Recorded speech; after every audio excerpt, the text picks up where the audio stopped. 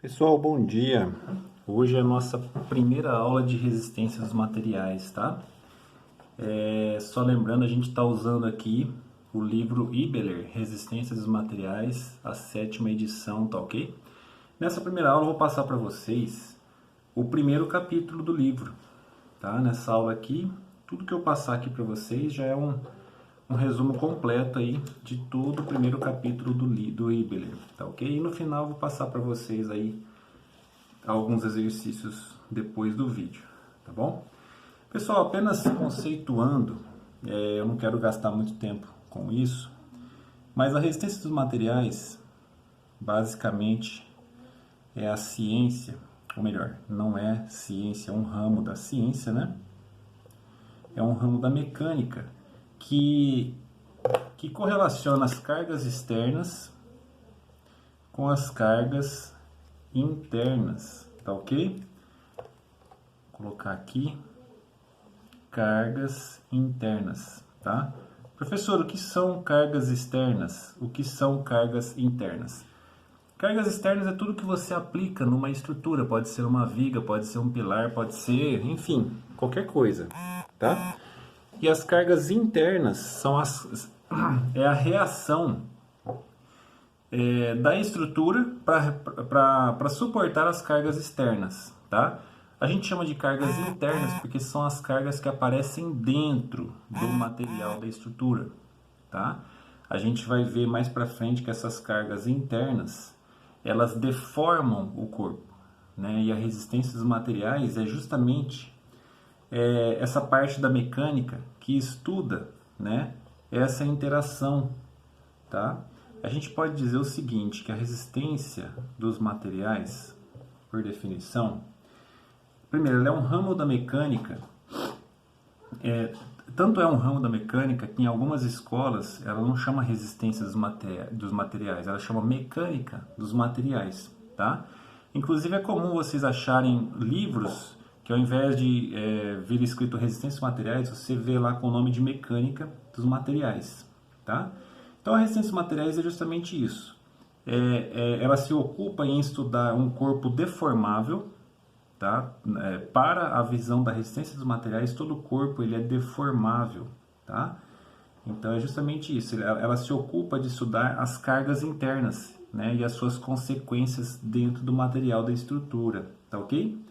Não somente isso, mas a resistência dos materiais também se ocupa em estudar o cálculo, em fazer os cálculos, né? Estudar as deformações, linha elástica, calcular flecha, calcular ângulos de deformação e assim por diante. Tudo bem? E mais para frente, no final, né, já dessa disciplina, no final da matéria de resistência dos materiais, ela também se ocupa em estudar, fazer cálculos de estabilidade. Tudo bem, pessoal? Legal?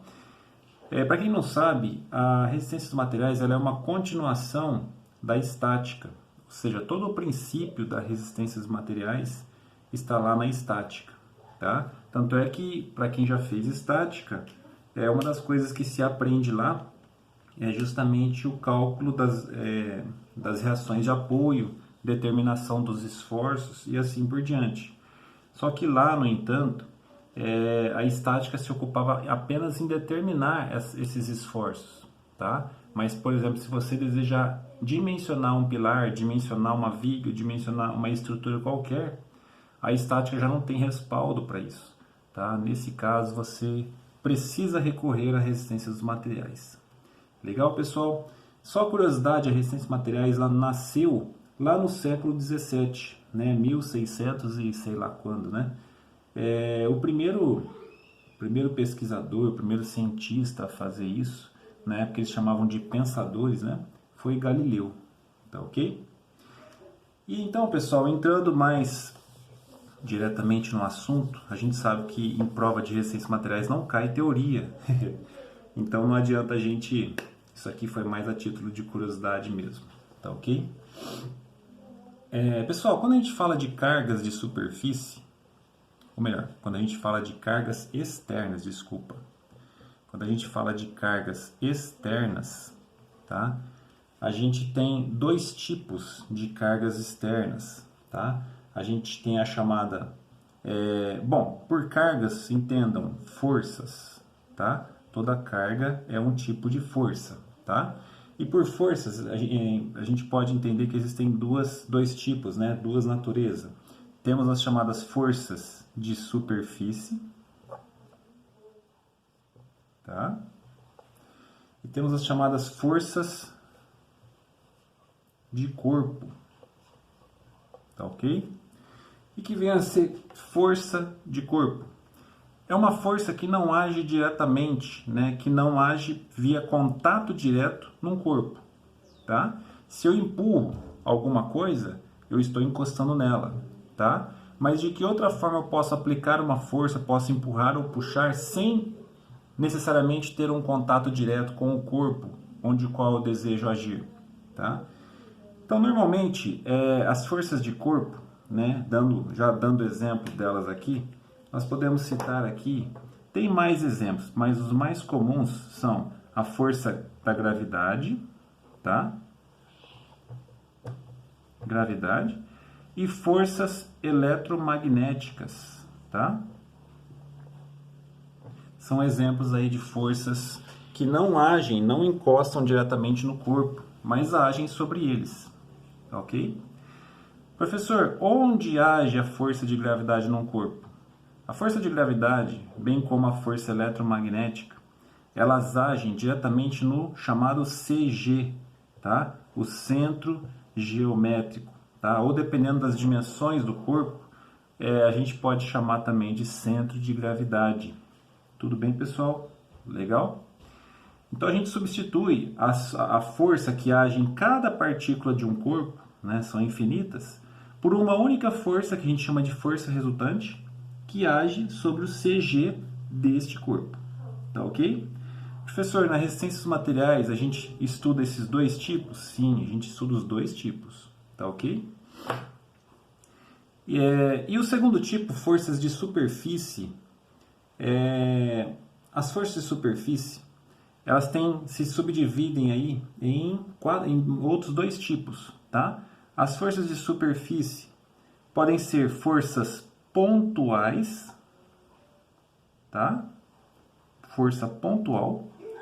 Aqui, a força pontual também é chamada de força concentrada, tá?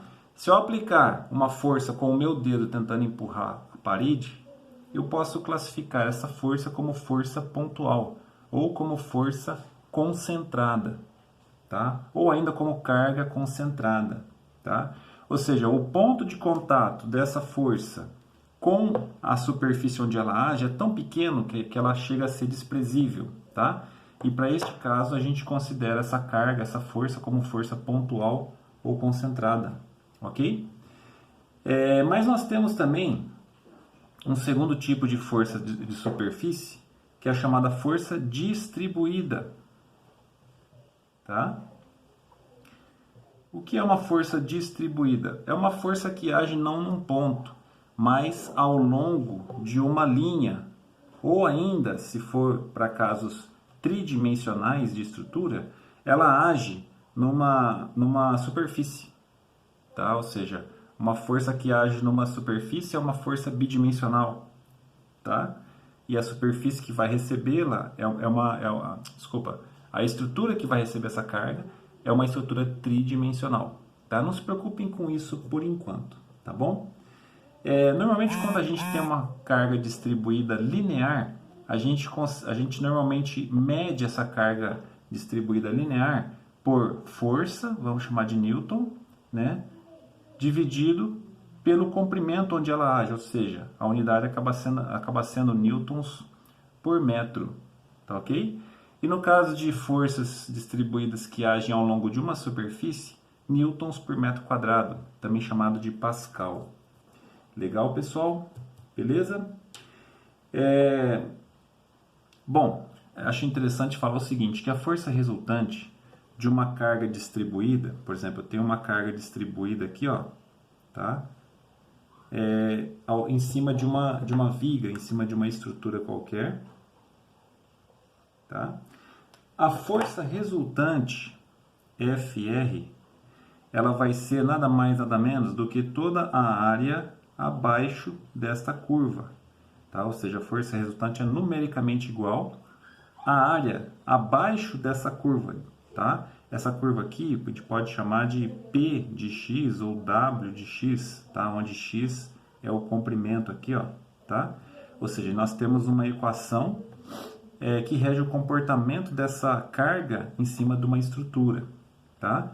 Ou seja, a força resultante neste caso vai ser toda a área abaixo dessa curva, ou seja, integral de P de x dx. Tá ok? Tudo bem, pessoal? Deixa eu apagar aqui para a gente ganhar espaço.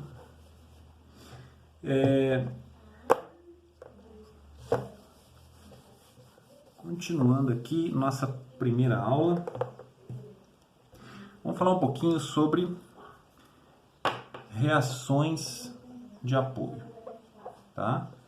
Pessoal, quem quiser seguir pelo livro, eu estou seguindo exatamente a sequência certa lá do livro, tá? Página por página. Então, o livro fala depois de reações de apoio, esse é o próximo assunto, tá ok? Pessoal, lembrando que reações de apoio, segundo a classificação que a gente viu agora na última lousa aqui, as reações de apoio, elas são forças do tipo forças do tipo forças de corpo ou forças de superfície, tá? Se eu tiver uma viga, por exemplo, aqui, biapoiada, tá? Eu tenho dois apoios aqui. Isso aqui é uma força de corpo ou isso aqui é uma força de superfície, tá? Se eu tiver várias cargas aqui, tá? Nós temos aqui, vai aparecer aqui um tipo de reação aqui, tá? Outro tipo de reação aqui, certo? Essas forças de reação de apoio aqui, elas agem diretamente no corpo, elas encostam no corpo, tá? Não é uma força, não é uma força de, não é uma força de corpo, é uma força de superfície, tá? Por quê? Porque ela age diretamente na superfície do corpo. Existe contato direto, tá? Entre a força e o corpo, tá? Então, só lembrando que as reações de apoio são forças do tipo de corpo, tá? Forças de corpo, isso mesmo, tá ok? Forças de corpo, beleza? Vou apagar o desenho aqui. Pessoal, quando a gente fala de... Eu espero que vocês tenham visto isso lá na estática, tá? Mas quando a gente fala de reações de apoio, basicamente a gente fala de equações de equilíbrio, tá ok? Equações de equilíbrio, tá? Eu espero que vocês tenham visto isso lá na estática, tá? Mas fala pra mim, se eu tiver uma viga engastada, tá? O que é uma viga engastada? É uma viga chumbada na parede, vamos falar assim, tá? E eu tenho uma força qualquer agindo nesta viga, tá? Qual é a primeira coisa que a gente faz se a gente quiser fazer qualquer cálculo, se a gente quiser determinar qualquer cálculo, né, ou esforços agindo nessa viga? A primeira coisa que a gente faz é isolar essa viga, tá, num chamado diagrama de corpo livre, DCL, diagrama de corpo livre, tá? E uma vez isolada essa viga, a gente vai colocar sobre ela, desenhar sobre ela todas as forças que agem sobre ela, tá? Nesse caso aqui, gente, nós temos quantas forças agindo nessa viga? Quantas cargas externas estão agindo sobre ela? A gente tem uma força aqui, tá? Essa força aqui é do tipo concentrada, ela não é linear, ela não age ao longo de uma linha, nem de uma área, tá? Ela age num ponto bem específico da viga. Então a gente chama essa força de força concentrada, tá? Ou força pontual, tudo bem? Só que é o seguinte, ao agir com essa força, com essa carga externa na viga, o que vai acontecer com o apoio dela? Essa viga ela vai quebrar? Essa viga vai entrar em movimento? Ela vai começar a acelerar? Tá? Se a gente considerar isso aqui um caso estático de estrutura, a gente vai considerar que essa viga vai suportar, ok? Que ela não vai sair correndo, não vai se movimentar, não vai acelerar, tá? Só que para que isso aconteça, é necessário que alguém reaja. Pela terceira lei de Newton, ação e reação, alguém tem que reagir a essa carga externa. Alguém precisa reagir a esta ação, né? Terceira lei de Newton, tá? Se esta é a ação, nós temos que ter uma reação. Onde aparece esta reação? Pessoal, essa reação aparece no apoio dessa viga, tá? Ela aparece no apoio dessa viga aí, tá bom? Se essa força aqui, se essa carga externa age de forma inclinada como está aqui, nós podemos eliminar o seu efeito, tá? Nós podemos eliminar o seu efeito por duas outras forças, uma vertical e uma horizontal, tá? Se nós temos uma força horizontal e uma vertical aqui, nós teremos na mesma intensidade, ou seja, no mesmo módulo, na mesma magnitude, uma força vertical no apoio, porém de sentido oposto, e uma força horizontal no apoio, tá? Porém de sentido oposto também, tá? Ação e reação. Só que é o seguinte, só essas duas forças não equilibram essas duas forças, tá? Todas essas cargas em azul são cargas externas, tudo bem? E são forças de superfície, tá? Porque existe contato entre a força e o corpo, tá? Nenhuma delas é força de corpo, tá? São forças de superfície, tá? Só que isso aqui não está completo, né?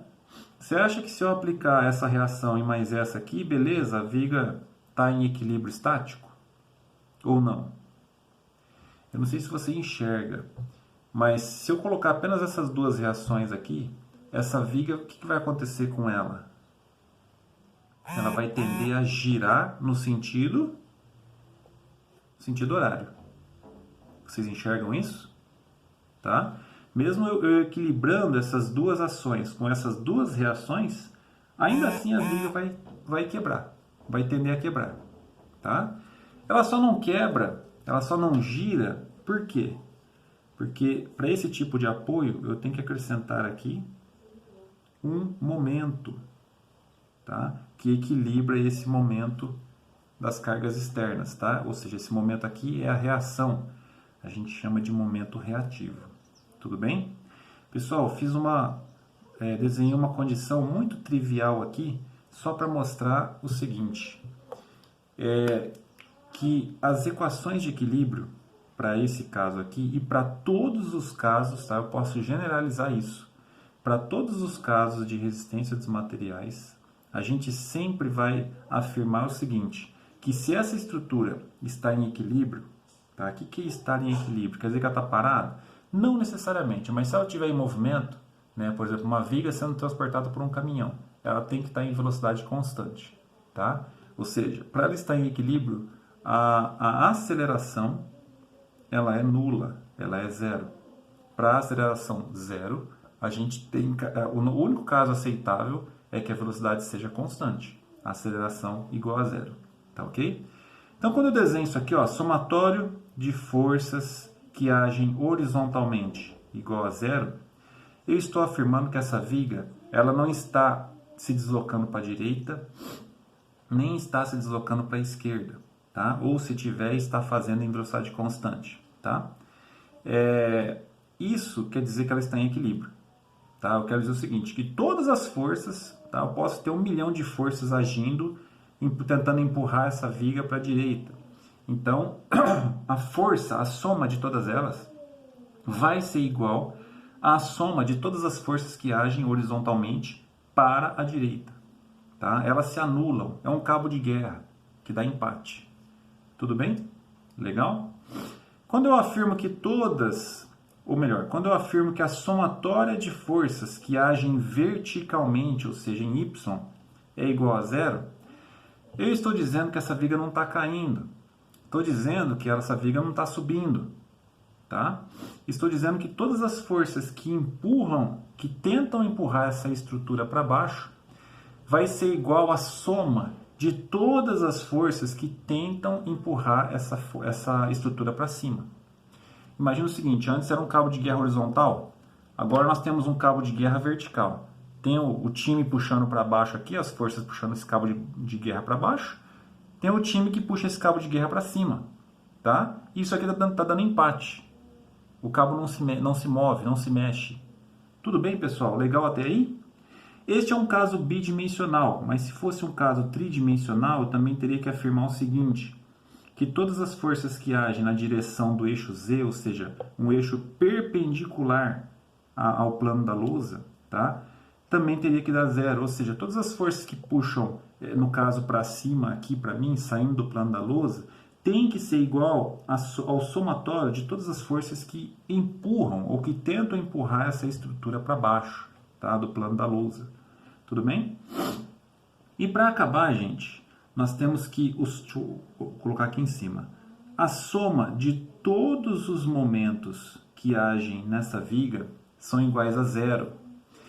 Professor, o que quer dizer esse somatório de momentos? Esse somatório de momentos quer dizer o seguinte, que todas as forças que tendem a fazer essa viga girar no sentido horário com relação ao seu apoio, ó, faz de conta que eu tenho um pino, tá? Como se fosse uma dobradiça, tá? Todas as forças que tendem a girar essa viga no sentido horário tem que ser igual obrigatoriamente a todos os momentos que tendem a girar essa viga no sentido anti-horário. Professor, por que tem que ser zero? Porque a partir do momento que isso aqui deixar de ser zero, sai debaixo dessa estrutura. Ela está entrando em movimento. Ela está acelerando, ela está quebrando. Sai de perto. Tá? Isso não pode ser admitido, né, na engenharia, uma estrutura quebrar. Tá ok? Se ela quebrou, é porque alguma dessas parcelas, ou duas delas, ou todas elas, deixaram de ser zero. A partir do momento que elas deixaram de ser zero, sai de perto. Isso não pode acontecer. Essa estrutura está vindo ao chão. Essa estrutura está entrando em ruptura. Pessoal, legal até aqui? Espero que vocês tenham tido legal esse conceito, né? Isso aqui vem lá da estática, tá? Isso aqui ainda não é resistência dos materiais, mas a gente vai usar muito isso aqui. Tudo bem? Legal? Pessoal, continuando.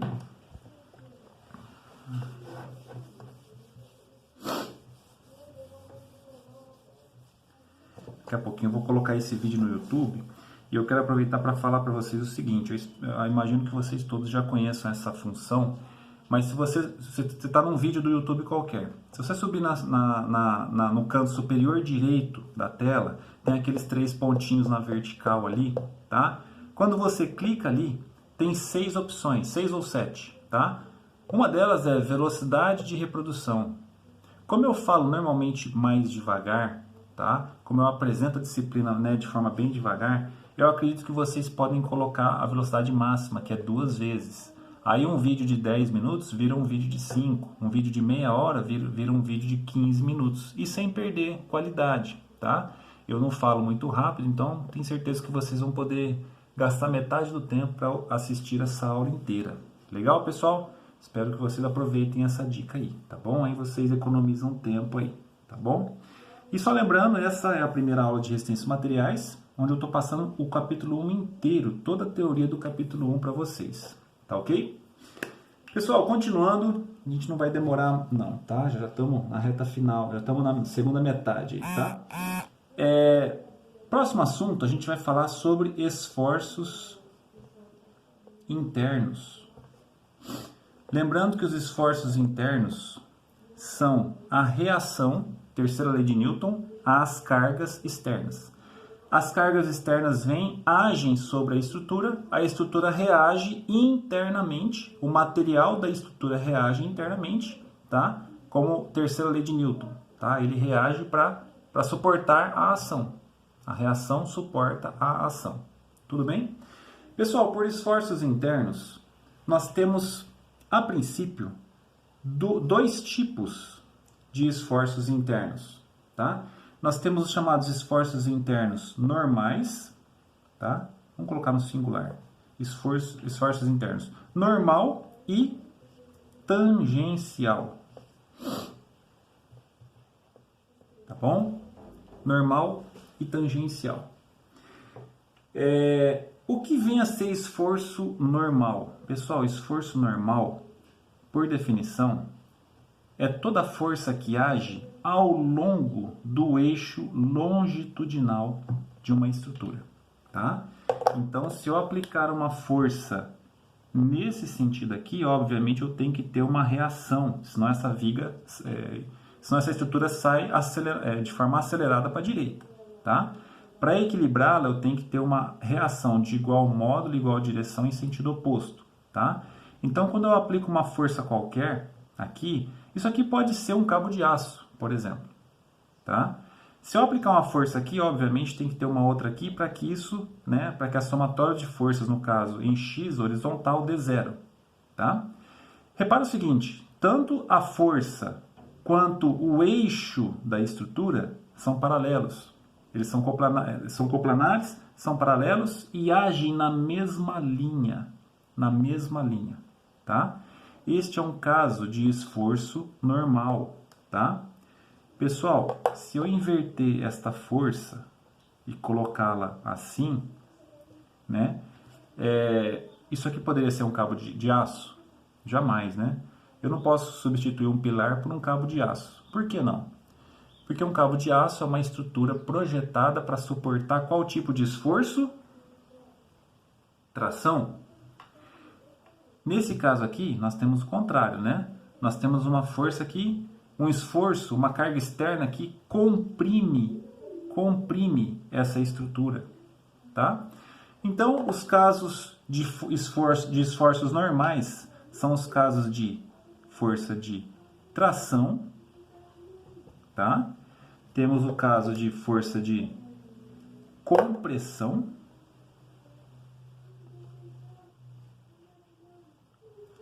tá? Nós temos um terceiro tipo, que é o seguinte: professor, é possível existir na mesma estrutura tração e compressão simultaneamente? Ou seja, é possível ao mesmo tempo que apareça um esforço de tração e compressão na mesma estrutura? Sim, é possível. Quando a gente tem um caso de viga engastada, estou dando só um exemplo, tá? Mas em vigas biapoiadas isso também acontece. Quando eu aplico uma força aqui, lembra que uma das reações que vai aparecer é momento, tá?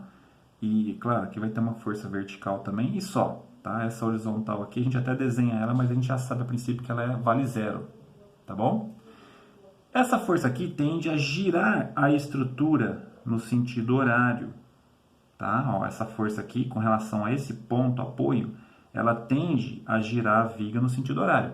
Tanto é que se essa viga não aguentar, ela vai quebrar. Como é que ela vai quebrar? Ela vai quebrar assim, ó. Ou seja, ela vai girar no sentido horário. Legal até aí? Tudo bem? Eu não sei se você percebe isso, mas ao longo de qualquer seção transversal aqui nessa viga, tá? Eu não sei se você percebe isso. Eu só vou ampliar essa seção aqui, ó, tá? O que vai acontecer ao longo da seção transversal da viga é isso aqui, ó.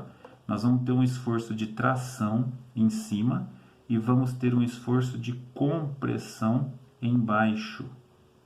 Olha aí que legal, gente, tá? Não se preocupe em entender isso agora, tá? A gente vai ter mais para frente aí aulas específicas onde a gente vai tratar esse assunto, tá? Tem autores que preferem representar, ao invés de representar dessa forma, preferem representar assim, ó. É a mesma coisa, tá? O importante é você entender que embaixo ocorre um fenômeno chamado compressão na metade inferior da viga, na metade superior ocorre um fenômeno chamado, um esforço, na verdade, não é um fenômeno, né? É um esforço que a gente considera como tração, que a gente chama de tração, tá? Sempre que nós tivermos uma situação dessa, onde existem simultaneamente esforços de tração e compressão no mesmo corpo, a gente está diante de um caso que a engenharia chama de um esforço de flexão, tá? Pessoal, repara o seguinte, que os esforços normais, a direção da força, lembra que força é uma grandeza vetorial, então ela possui módulo, direção e sentido. A direção, tá? A segunda característica das grandezas vetoriais, a direção é horizontal. Eu não vou falar horizontal, porque se a estrutura estiver na vertical, se for um pilar, aí muda, né? Então vamos dizer o seguinte, que a direção do esforço é sempre alinhado ao eixo longitudinal da estrutura, tá? Se isso aqui for um pilar, né, a direção da estrutura é vertical. Se for uma coluna ou um pilar, certo? Nesse caso, a flexão, os esforços de tração e compressão vão estar no mesmo sentido, no mesmo alinhamento da estrutura, tá? O que é um esforço normal, então? É todo e qualquer esforço que age longitudinalmente na estrutura, tá? É uma definição bem genérica e bem completa, tá ok? Legal, pessoal, até aqui? Então, são esses os esforços normais, tá? Professor, o que vem a ser, então, esforços tangenciais? O esforço tangencial é justamente o oposto do esforço normal, tá? Esforço tangencial eu nem precisava ter apagado, né? Se a gente usar o mesmo exemplo aqui, ó, da viga engastada, tá? Eu nem precisava ter apagado. Se eu pegar uma força que age verticalmente nessa mesma viga engastada aqui, tá? Imagina o seguinte, eu vou fatiar essa viga aqui, ó, tá? E aí eu vou olhar essa viga, esse pedaço que sobrou aqui, ó, eu vou olhá-lo aqui, ó, tá? Deixa eu desenhar ele em 3D assim, ó. 3D não, em perspectiva isométrica, tá? Olha aqui, eu acabei fatiando essa viga, tá? E esse pedaço aqui é esse cara aqui, tá? Eu não sei se você enxerga, mas essa força aqui, quando ela age nessa seção, que é essa superfície que está aqui, ela vai fazer com que um plano cristalino do material, da microestrutura cristalina do material, tá? Eu vou pegar uma fatia antes e uma fatia antes e uma fatia depois, tá? De novo, eu vou pegar uma fatia antes e uma fatia depois, um plano antes e um plano depois do ponto onde a carga foi aplicada, tá? Você concorda comigo que a estrutura que estava antes aqui, ó, o plano vizinho a este, tá? Ele vai tender a agir, ele vai reagir tentando empurrar essa força para cima, essa força de cisalhamento, tá? Eu já acabei falando o nome aqui, né? Esse é o esforço chamado cisalhamento, tá? O fato é que quando eu aplico uma força aqui, tá? Se eu pegar interfaces vizinhas, planos vizinhos, tá? A viga vem aqui e para aqui, tá? Eu tenho uma força que age aqui, tá? Dois planos vizinhos, diretamente vizinhos aqui, um do outro, tá?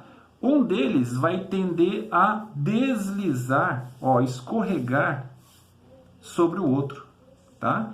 Esse plano tende a ficar no lugar. Esse plano aqui, devido à força que age sobre ele, ele vai tender a deslizar, escorregar, tá? Lembra que nos esforços normais, a tração age assim, ó, tá? Um plano tende a se distanciar do outro. No esforço de compressão, um plano tende a se aproximar do outro, tá? Lembra que os átomos ali, os grãos, né, da microestrutura cristalina, eles são esmagados um contra o outro, tá? No caso do esforço tangencial, ele nem se afasta, nem se aproxima. Ele tende a deslizar. Tá ok? Ou seja, o que vem a ser um esforço tangencial? É um esforço cuja direção não é ao longo do sentido longitudinal da estrutura, não. O esforço tangencial, ele é perpendicular, ou para cima ou para baixo, no caso de uma viga na horizontal. Tá? Ou seja, um esforço tangencial, ele é um esforço ortogonal ao eixo longitudinal da estrutura, tá? Não sei se ficou claro, tá? pode me chamar aí, eu já passei o contato para vocês, o WhatsApp, eu posso dar uma explicação melhor para vocês aí, tá bom? Por definição, qual é a diferença então entre um esforço normal e um esforço tangencial? Apenas a direção. O ângulo entre o eixo longitudinal da estrutura e o esforço dessa estrutura, a carga externa. Se for 90 graus, ortogonal, esforço tangencial. Tá? Se o esforço tiver a mesma direção do eixo longitudinal da estrutura, esforço normal. Beleza, pessoal? Tudo bem até aí?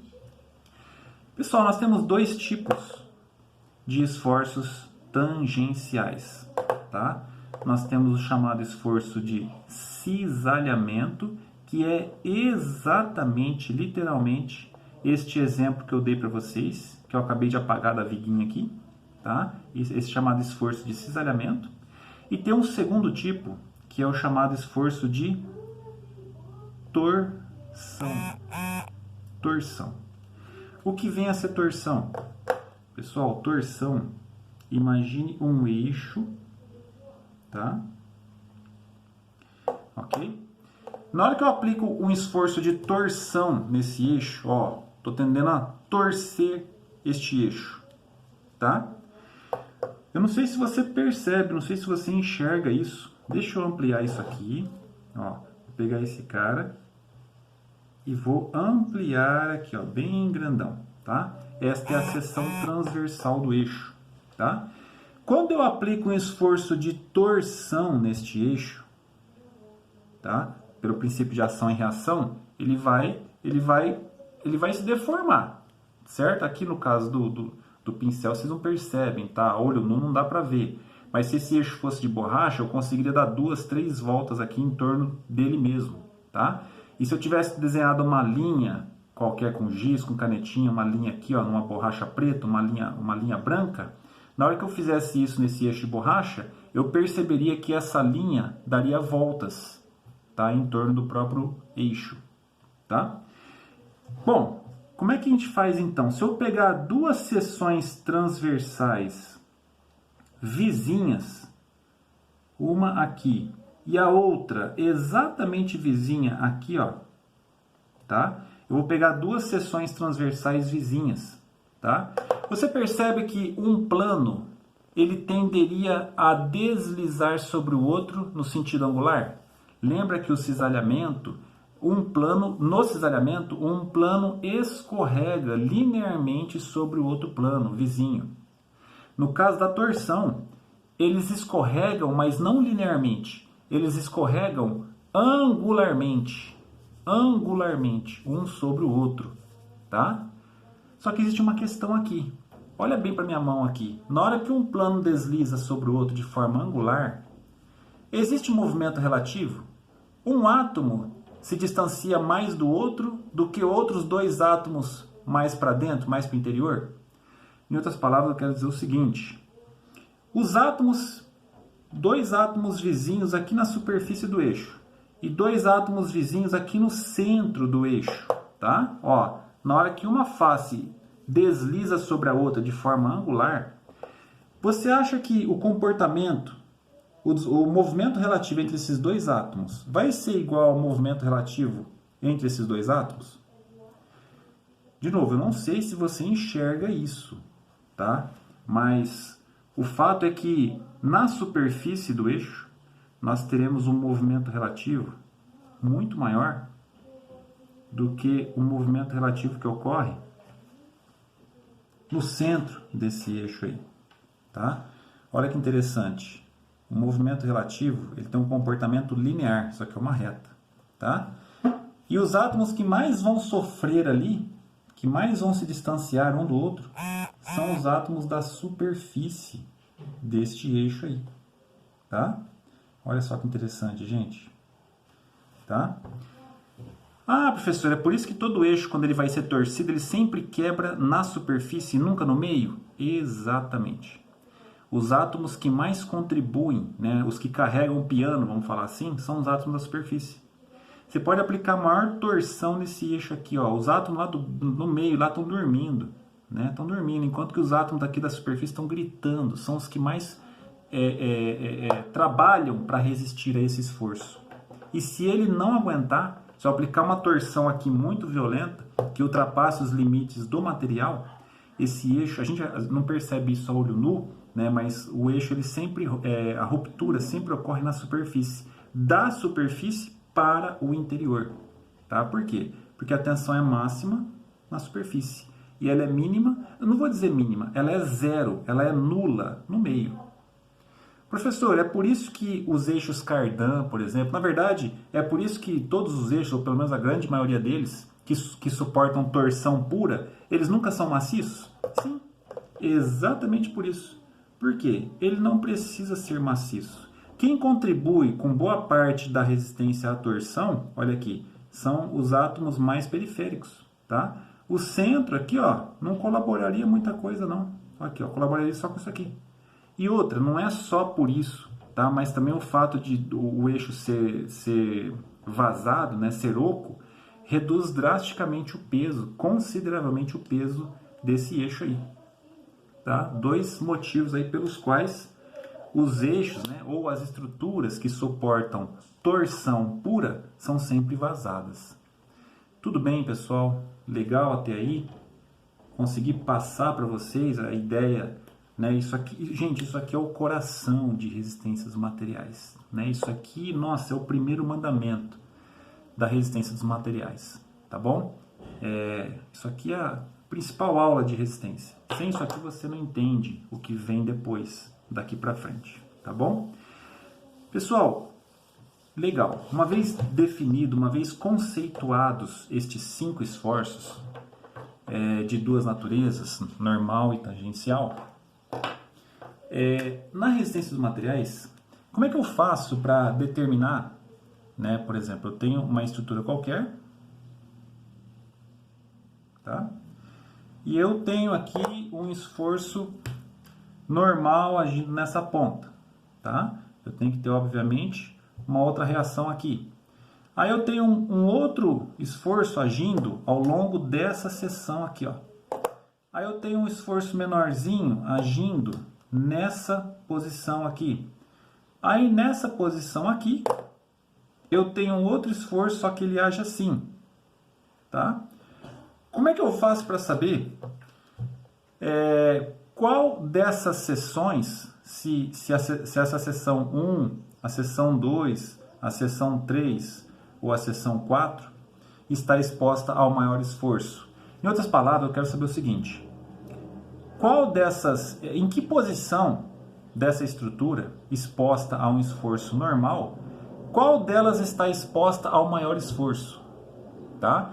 Em outras palavras ainda, se essa estrutura vier a quebrar, se ela não suportar, onde que ela vai quebrar? Ela vai quebrar em algum ponto ao longo da seção 1, em algum ponto ao longo da seção 2, da seção 3 ou da seção 4. Como é que a gente faz para saber isso? Por isso que existe na resistência dos materiais os chamados diagramas, tá? Diagramas de esforços internos. Aqui mesmo. Diagramas de esforços internos, tá bom? Eu não vou fazer esse diagrama agora, tá? Lembrando que essa é a nossa primeira aula, estou apresentando a disciplina para vocês. Mas na resistência dos materiais, nós temos 4 tipos de diagramas, tá? Os chamados diagramas de esforços internos de esforço normal, que a gente chama de N. O diagrama de esforço cortante, tá? Esse aqui, gente, é o diagrama de cisalhamento, tá bom? Nós temos o diagrama de momento fletor, tá? Referente ao esforço de flexão. E nós temos o diagrama de momento torsor, ou simplesmente torção, tá? A gente vai aprender, tá, logo nas primeiras aulas aí, a desenhar todos esses tipos de esforço, de diagramas de esforços internos. Tudo bem? Não se preocupe em entender isso agora, apenas entenda que na resistência dos materiais a gente trabalha com todos estes 4 tipos de esforços aí. Tudo bem? Legal? Curiosamente, né, talvez algum de vocês esteja se perguntando, professor, você falou que existem 5 tipos de esforços internos. Por que nós vamos desenhar 4?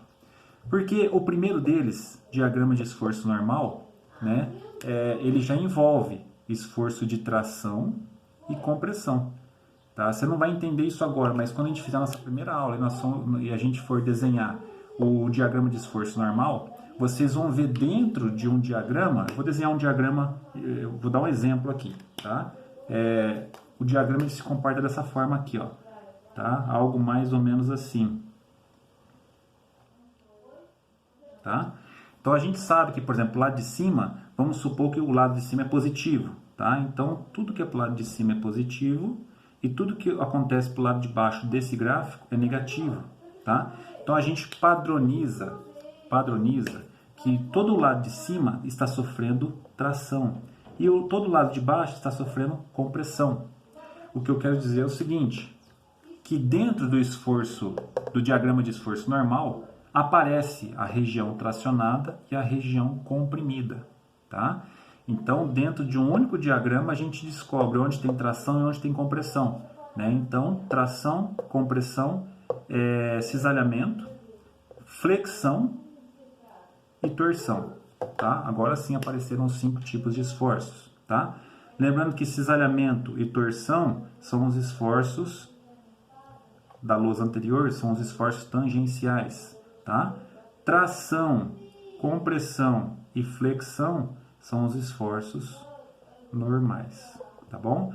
Ou seja, os diagramas de esforços internos envolvem todos os 5 tipos de esforços que existem aí na resistência dos materiais. Tudo bem, pessoal? Legal? Bom, próximo assunto, nós estamos terminando. Quando a gente fala de cisalhamento, vamos falar um pouquinho sobre cisalhamento. Cisalhamento. Ou melhor, antes de falar de cisalhamento, vamos falar de esforço de tensão, tá? Professor, o que vem a ser tensão? O cara tá tenso, né? O cara tá, né? O que quer dizer tá tenso? O cara tá estressado, o cara tá sob pressão, né? Pessoal, para líquidos e gases, a gente usa o termo pressão, tá? O que é pressão de um gás? O que é pressão de um líquido? Pressão é força, é a força que age numa determinada superfície, ou seja, área. Pressão é força sobre área. Num sólido acontece a mesma coisa. Eu tenho uma dada estrutura qualquer aqui, tá? E eu estou tracionando ela, ou comprimindo, não importa, tá? Você concorda comigo que a área da seção transversal que age aqui, ó, tá? Eu vou ter uma chamada pressão também. Qual é a pressão que age sobre esse material? A pressão é a força que está tracionando ele, né? Dividido pela área da seção transversal dele aqui, ó, tá? Ou seja, a pressão existe para líquidos e para gases. E para sólido não existe? Existe também. Só que por definição, conceitualmente falando, a gente não usa o termo pressão, tá? Quando a gente se refere a sólidos, a gente substitui o termo pressão pelo termo tensão. O conceito físico é absolutamente o mesmo, tá? Só a palavra, né? Só o termo que a gente usa, tensão, tá? Essa tensão, ela pode ser representada por 2 letras gregas, ou a letra grega sigma, ou a letra grega tau. Deixa eu escrever aqui.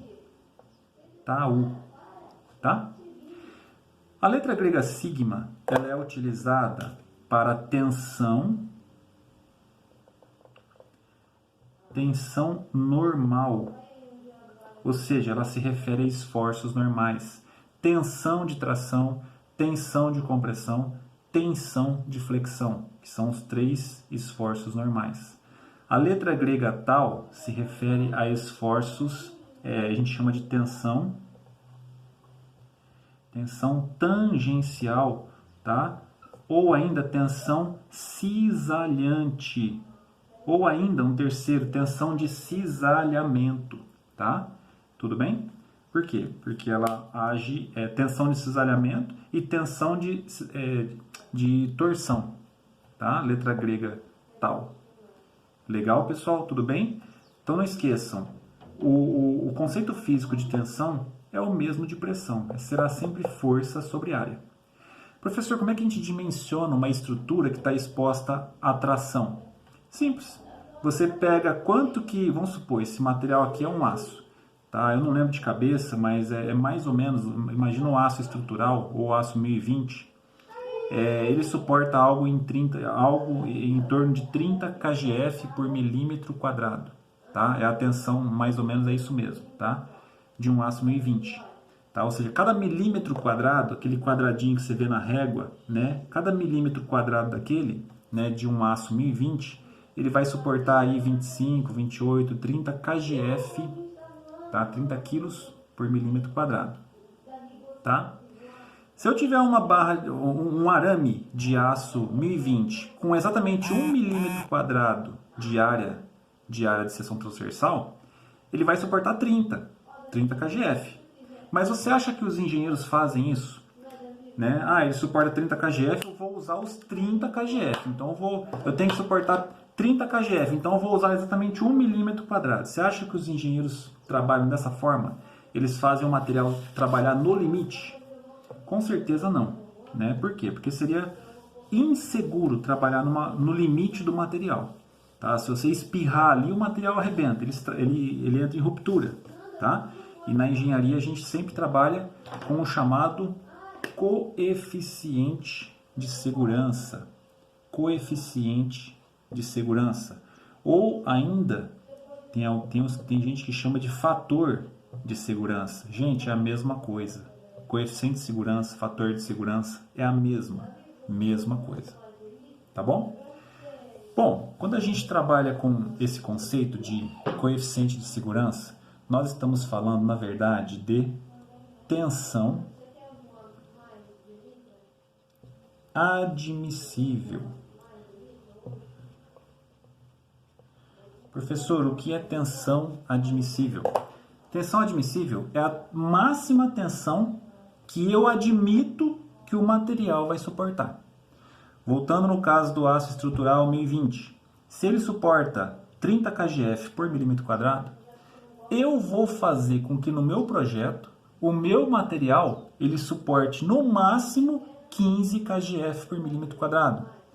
Ou seja, eu vou trabalhar com um coeficiente de segurança igual a 2. Tá?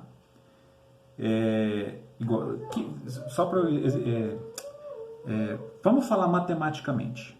O chamado coeficiente de segurança, ele é uma relação, tá? Um quociente, uma divisão entre a tensão de ruptura. Só lembrando, gente, que o coeficiente de segurança pode se referir à tensão de ruptura ou na verdade, na maioria das vezes, no exercício da engenharia, a gente acaba usando a tensão de escoamento e não a de ruptura, tá? Dividida pela tensão admissível, tá? Então vamos supor, eu quero que o meu material ele trabalhe no máximo metade da capacidade dele. Se o aço estrutural 1020 suporta 30 kgf por milímetro quadrado, eu vou admitir que ele vai suportar no máximo, no meu projeto, 15 kgf por milímetro quadrado, enquanto que a tensão de escoamento dele é 30 kgf por milímetro quadrado. Tá? Quanto que dá isso? Coeficiente de segurança igual a 2. Tá?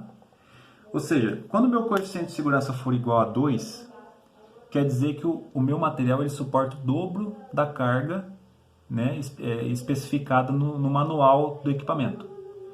Né? Então, por exemplo, um cabo de aço. Quando você compra um cabo de aço e a especificação dele diz, olha, esse cabo de aço suporta 10 toneladas. Né? Você deve usá-lo, carga máxima 10 toneladas.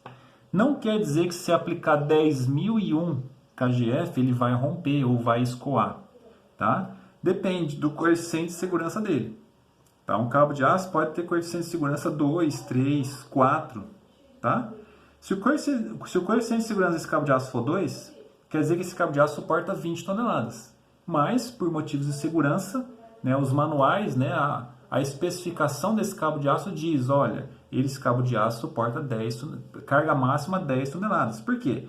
Porque eu admito metade da capacidade dele, numa condição de trabalho. Tá? Eu admito metade, por quê? O coeficiente de segurança dele é 2.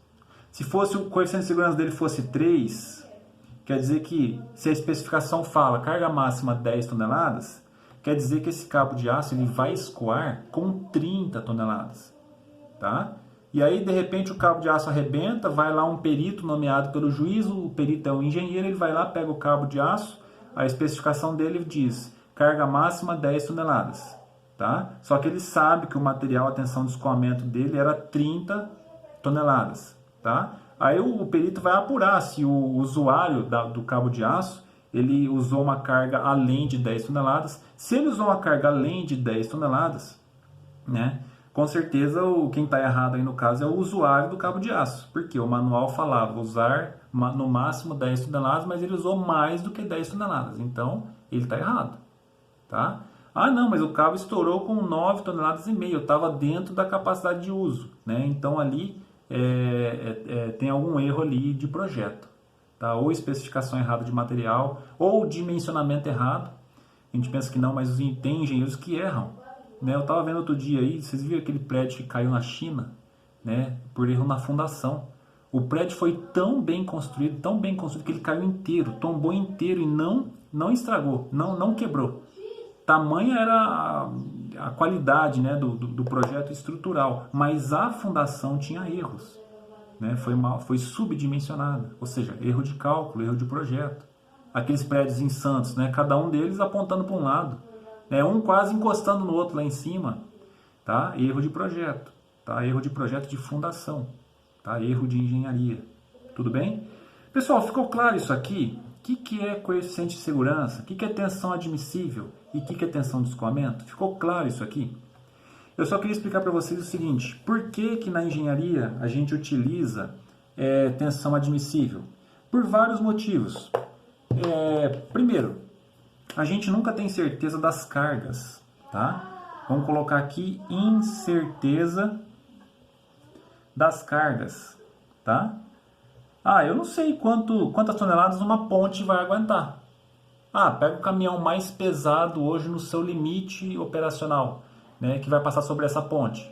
Beleza, mas e se tiver um vento muito forte combinado com uma chuva torrencial na hora que 10 desses caminhões estiverem passando sobre essa ponte? Ou seja, na engenharia, a gente nunca tem a mais plena e absoluta certeza das cargas, tá? Não com total precisão. A gente não sabe exatamente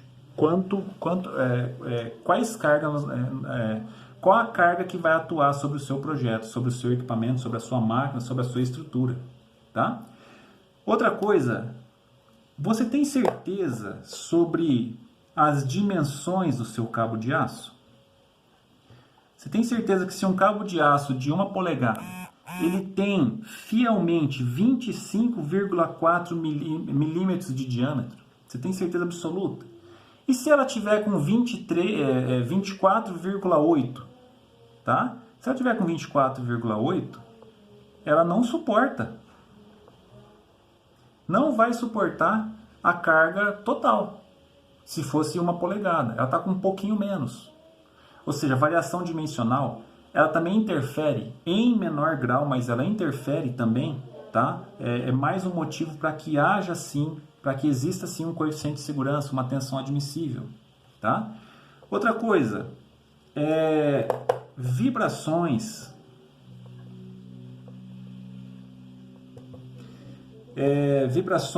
impactos, né?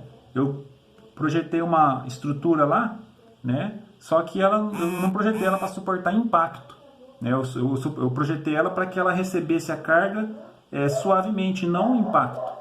Pois é mais um motivo para a gente ter coeficiente de segurança. O que mais? Cargas acidentais, tá? Cargas acidentais, outro motivo que reforça o fato de nós usarmos sim coeficiente de segurança, tá?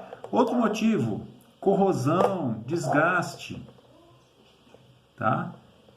corrosão, desgaste.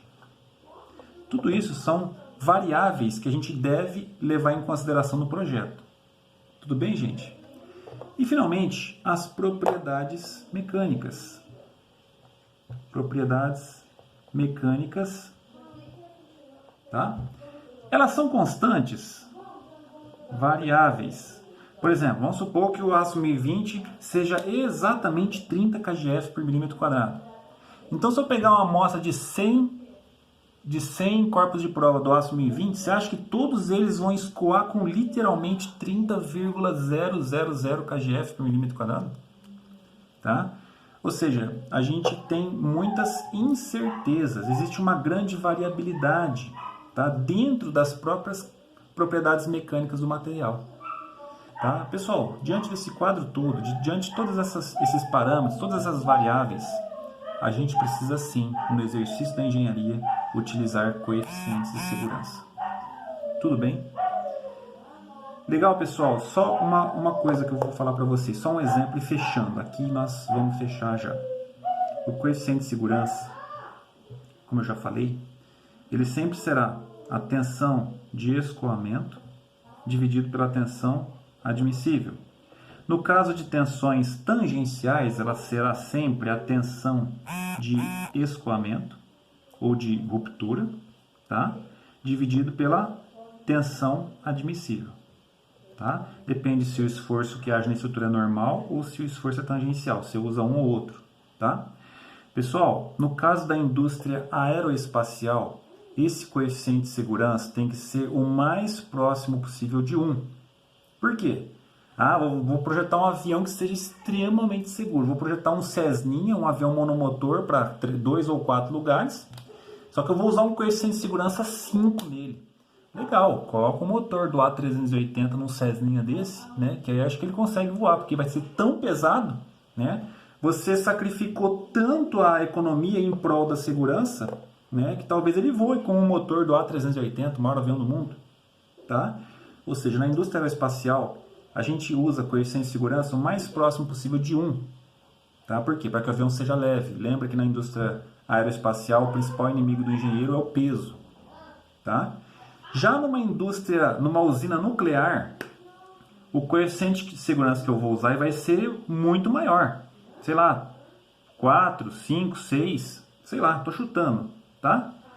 Por que, gente, que numa usina nuclear eu tenho que usar numa barragem, tá? Numa barragem, a gente viu lá Brumadinho, né, que a barragem rompeu, né?